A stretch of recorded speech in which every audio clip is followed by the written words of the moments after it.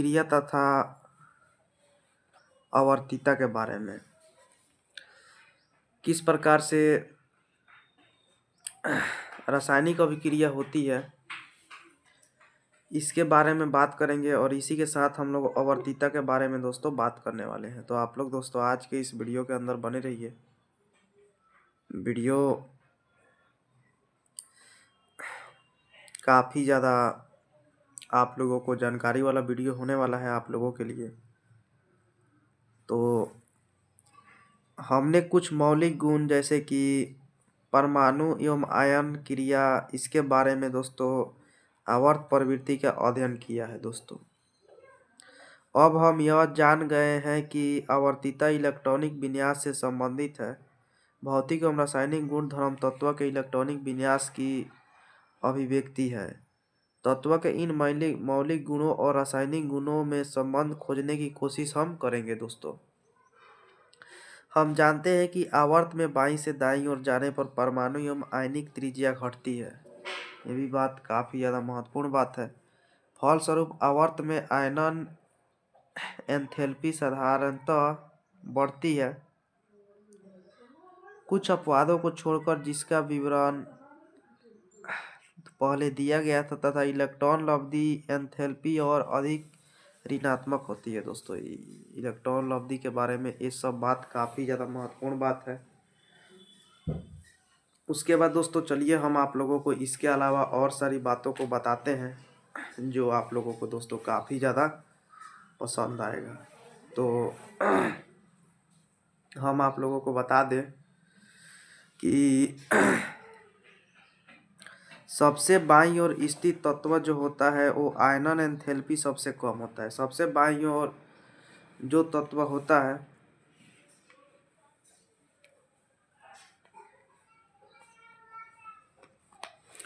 उसका आयनन जो एंथैल्पी होता है वो सबसे कम होता है दोस्तों। आप लोगों ने बिल्कुल सही सुना।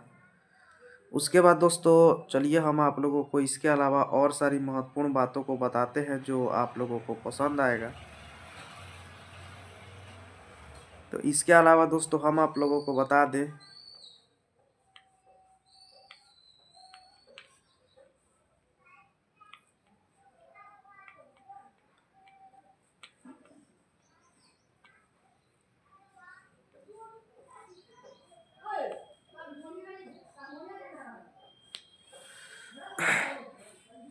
इलेक्ट्रॉन लब्धि एंथैल्पी सबसे ऋणात्मक है दोस्तों। उत्कृष्ट गैसों में पूर्णतः भरे कोष होते हैं और उनकी इलेक्ट्रॉन लब्धि एंथैल्पी का मान धनात्मक होता है दोस्तों। इसके बारे में भी आप लोगों ने ये सब महत्वपूर्ण बातों के बारे में जाना।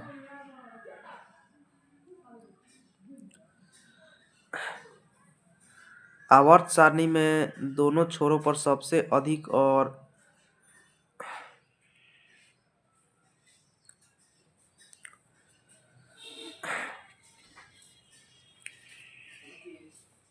कम रासायनिक क्रियाशील होती है। इस प्रकार सबसे बाईं ओर अधिकतम रासायनिक क्रियाशीलता इलेक्ट्रॉन खोकर धनायन बनाकर प्रदर्शित होती है और सबसे दाईं ओर दोस्तों जो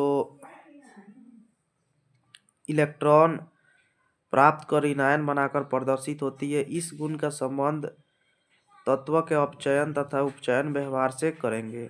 उसके बाद दोस्तों चलिए हम आप लोगों को और सारी बातों को बताते हैं जो काफ़ी ज़्यादा महत्वपूर्ण बात है दोस्तों। तो आवर्त में बाईं से दाईं ओर जाने पर अधात्विक गुण में कमी और धात्विक गुण में कमी और अधात्विक गुण में दोस्तों वृद्धि होती है, बढ़ोतरी होती है। तत्व की रासायनिक क्रियाशीलता उनकी ऑक्सीजन और हैलोजन से क्रिया कराकर प्रदर्शित की जा सकती है दोस्तों। ये भी बात काफ़ी ज़्यादा महत्वपूर्ण बात है। यहाँ ऑक्सीजन से तत्व की अभिक्रिया पर हम विचार करेंगे। आवर्त के दोनों किनारों के तत्व ऑक्सीजन से सरलता संयोज कर ऑक्साइड बनाते हैं दोस्तों। ये भी बात आप लोगों के लिए जानने वाला बात है दोस्तों कि कोई भी जो तत्व होते हैं वो मतलब क्रिया करके बहुत सारे तत्वों का निर्माण करते हैं। उसके बाद दोस्तों हम आप लोगों को बता दें कि उभयधर्मी ऑक्साइड क्षारों के साथ अम्लीय और अम्लों के साथ क्षारीय व्यवहार करते हैं, जबकि उदासीन ऑक्साइड में अम्ल या क्षार का गुण नहीं होता है। ये भी बात बहुत ही ज़्यादा महत्वपूर्ण बात है। उसके बाद चलिए हम आप लोगों को दोस्तों और सारी बातों को बताते हैं। तो निरूपक तत्व की तुलना में संक्रमण धातुओं का आवर्त में परमाणु त्रिज्या का परिवर्तन जो होता है वो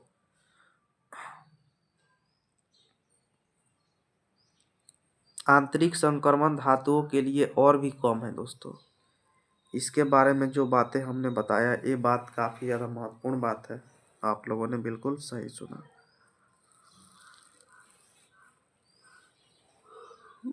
उसके बाद दोस्तों हम आप लोगों को बता दें कि आयनन एंथैल्पी S और P ब्लॉक के तत्व के मध्य है। परिणाम स्वरूप ये तत्व वर्ग 1 और 2 की धातुओं की तुलना में कम विद्युतीय है। मुख्य वर्ग के तत्व में उनके परमाणु क्रमांक बढ़ने से समानतः परमाणु तथा आयनी त्रिज्या बढ़ती है। फलतः धीरे धीरे आयनन एंथैल्पी घटती है। ये भी बात काफ़ी ज़्यादा महत्वपूर्ण जानकारी वाला बात है, जिसके बारे में मैंने आप लोगों को दोस्तों बताया। उसके बाद दोस्तों चलिए हम इसके अलावा और सारी बातों को भी आप लोगों को बताएंगे जो जानकारी वाला बात है। तो इस प्रकार वर्ग के नीचे जाने पर धात्विक गुण बढ़ता है और अधात्विक गुण घटता है। इस प्रवृत्ति को उनके उनके उपचयन तथा अपचयन के गुण से जोड़ा जा सकता है, जिसे आप बाद में पढ़ेंगे। संक्रमण तत्व की प्रवृत्ति इसके विपरीत है। इसे हम परमाणु आकार और आयनन एंथैल्पी से समझ सकते हैं। उसके बाद चलिए हम आप लोगों को दोस्तों और सारी महत्वपूर्ण बातों को बताते हैं जो आप लोगों को दोस्तों काफ़ी ज़्यादा जानकारी वाला बात होने वाला है। तो हम आप लोगों को दोस्तों बता दें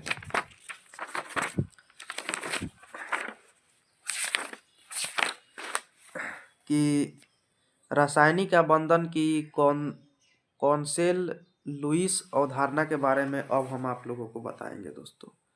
कॉन्सेल लुईस अवधारणा के बारे में जो भी जानकारी वाला जो भी महत्वपूर्ण बातें हैं उन सभी बातों को दोस्तों अब हम आप लोगों को बताने वाले हैं, जो आप लोगों के लिए जानना काफ़ी ज़्यादा महत्वपूर्ण होने वाला है।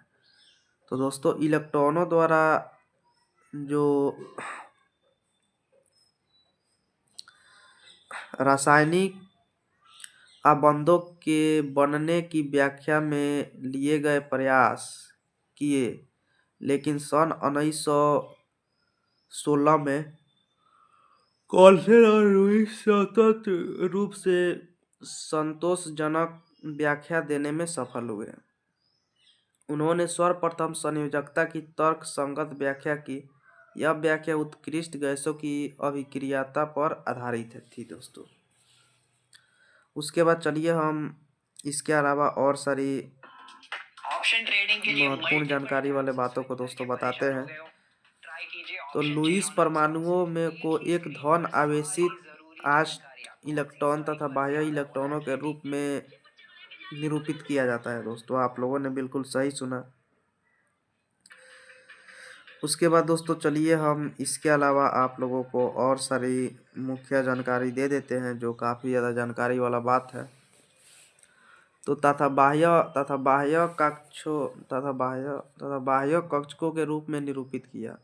बाह्य कक्षकों में अधिकतम 8 इलेक्ट्रॉन समाहित हो सकते हैं। उन्हें यह भी माना कि ये 8 इलेक्ट्रॉन धन के 8 कोनों पर उपस्थित हैं, जो केंद्रीय दोस्तों अष्ट को चारों तरफ से घेरे रहते हैं। इस प्रकार सोडियम के बाह्य कक्ष में उपस्थित एकल इलेक्ट्रॉन धन के एक कोने पर स्थित रहता है। ये भी बात काफी ज्यादा महत्वपूर्ण बात है। जबकि उत्कृष्ट गैसों में घन के 8 कोनों पर एक एक इलेक्ट्रॉन उपस्थित रहते हैं। इलेक्ट्रॉनों का यह अष्टक एक विशेष अस्थायी विन्यास निरूपित करता है। उसके बाद लुईस ने यह अभिगृहित दिया कि परमाणु परस्पर रासायनिक बंधों द्वारा संयुक्त होकर अपने अस्थायी अष्टकों को प्राप्त करते हैं दोस्तों।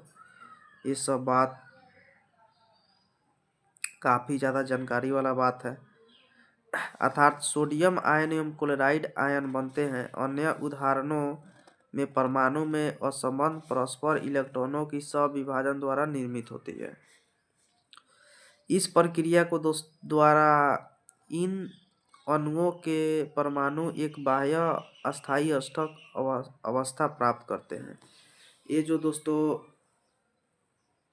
प्रक्रिया है, इस प्रक्रिया के द्वारा दोस्तों जो भी परमाणु हैं वो परमाणु अष्टक प्राप्त करते हैं। आप लोगों ने बिल्कुल सही सुना और यह आप लोगों के लिए जानना काफ़ी ज़्यादा जानकारी वाला बात है दोस्तों। उसके बाद चलिए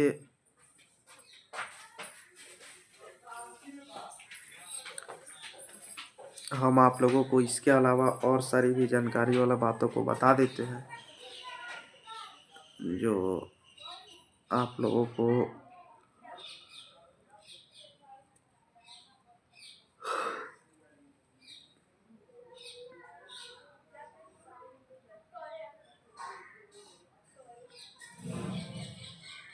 काफ़ी ज़्यादा दोस्तों पसंद आएगा। तो चलिए हम इसके अलावा आप लोगों को दोस्तों और सारी बातों को बताएंगे।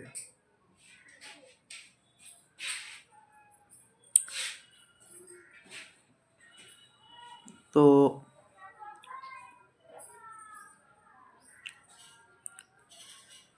लुईस प्रतीकों के महत्व के बारे में अब हम लोग दोस्तों बात करेंगे कि लुईस के जो भी मतलब प्रतीकों का क्या क्या महत्व है। तो चलिए हम लुईस के प्रतीकों के महत्व के बारे में दोस्तों आप लोगों को कुछ जानकारियाँ दे देते हैं,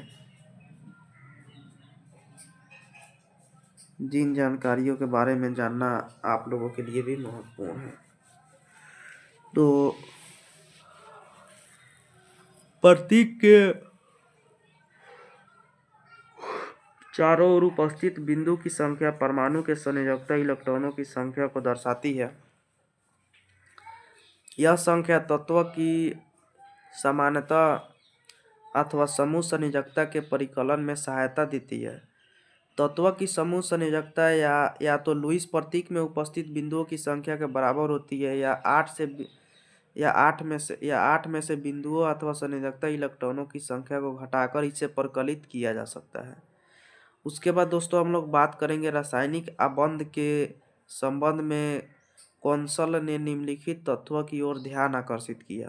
कौंसल के बारे में बात करेंगे कि कौंसल ने कौन कौन से तत्व के बारे में जानकारी दिया। हम लोग दोस्तों कौंसल के बारे में आप लोगों को बहुत सारी जानकारी वाले बातों को बताएंगे। तो आप लोग दोस्तों बने रहिए वीडियो में। तो आवर्त सारणी में दोस्तों आवर्त सारणी में उच्च विद्युत ऋणात्मकता वाले हाइड्रोजन तथा उच्च विद्युत ऋणात्मकता वाले क्षार जो धातु एक दूसरे से उत्कृष्ट गैसों द्वारा पृथक रखे गए हैं दोस्तों। ये भी बात काफी ज्यादा महत्वपूर्ण बात है।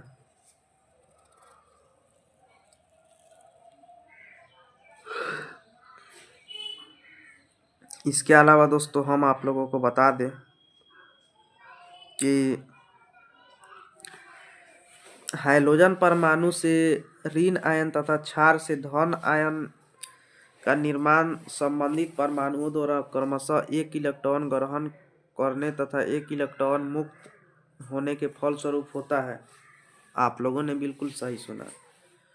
इस प्रकार निर्मित ऋण आयन तथा धन आयन उत्कृष्ट गैसों के अस्थायी इलेक्ट्रॉनिक विन्यास को प्राप्त करते हैं। गैस में 72 कोष का 8 नियमों वाला विन्यास NH2 और NP6 विशेष रूप से अस्थायी होता है।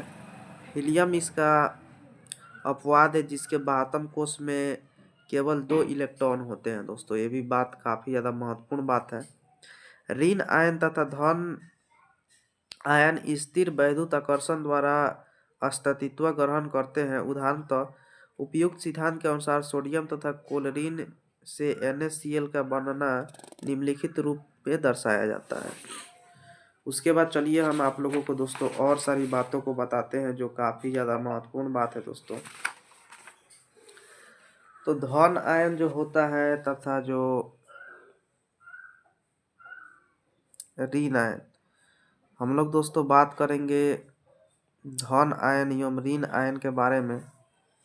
तो धन आयन तथा ऋण आयन के बीच आकर्षण के फलस्वरूप निर्मित आबंध को वैद्युत संयोजक आबंध कहते हैं दोस्तों। आप लोगों ने बिल्कुल सही सुना। वैद्युत संयोजक आबंध के बारे में ये सब बातें जो मैंने बताया, ये सब बातें काफ़ी ज़्यादा दोस्तों जानकारी वाला बात है। उसके बाद दोस्तों हम आप लोगों को बता दें कि इस प्रकार वैद्युत संयोजकता आयन पर उपस्थित आयनों की इकाइयों की संख्या के बराबर होती है। अतः कैल्शियम की धनात्मकता वैद्युत संयोजकता 2 है, जबकि क्लोरीन की ऋणात्मकता संयोजकता 1 है दोस्तों। इलेक्ट्रॉन स्थानांतरण द्वारा आयन का बनना तथा आयनिक क्रिस्टलीय यौगिकों के बनने के बारे में आधुनिक संकल्पनाएं कौनसल के अभिगृहितों पर आधारित है। आयनिक यौगिक के व्यवहार को समझने तथा उसको क्रमबद्ध करने में कौनसल के विचारों में उल्लेखनीय सहायता मिली। साथ ही साथ उन्होंने इस तत्व को भी स्वीकार किया कि अनेक यौगिक उनकी अवधारणाओं के अनुरूप नहीं थी। उसके बाद दोस्तों हम लोग अष्टक नियम के बारे में बात करेंगे। उसके बाद हम लोग सहसंयोजी आबंध के भी बारे में बात करेंगे। तो सन 1916 में कौंसल तथा लुईस ने परमाणुओं के बीच रासायनिक संयोजन का एक महत्वपूर्ण बातें बताया दोस्तों।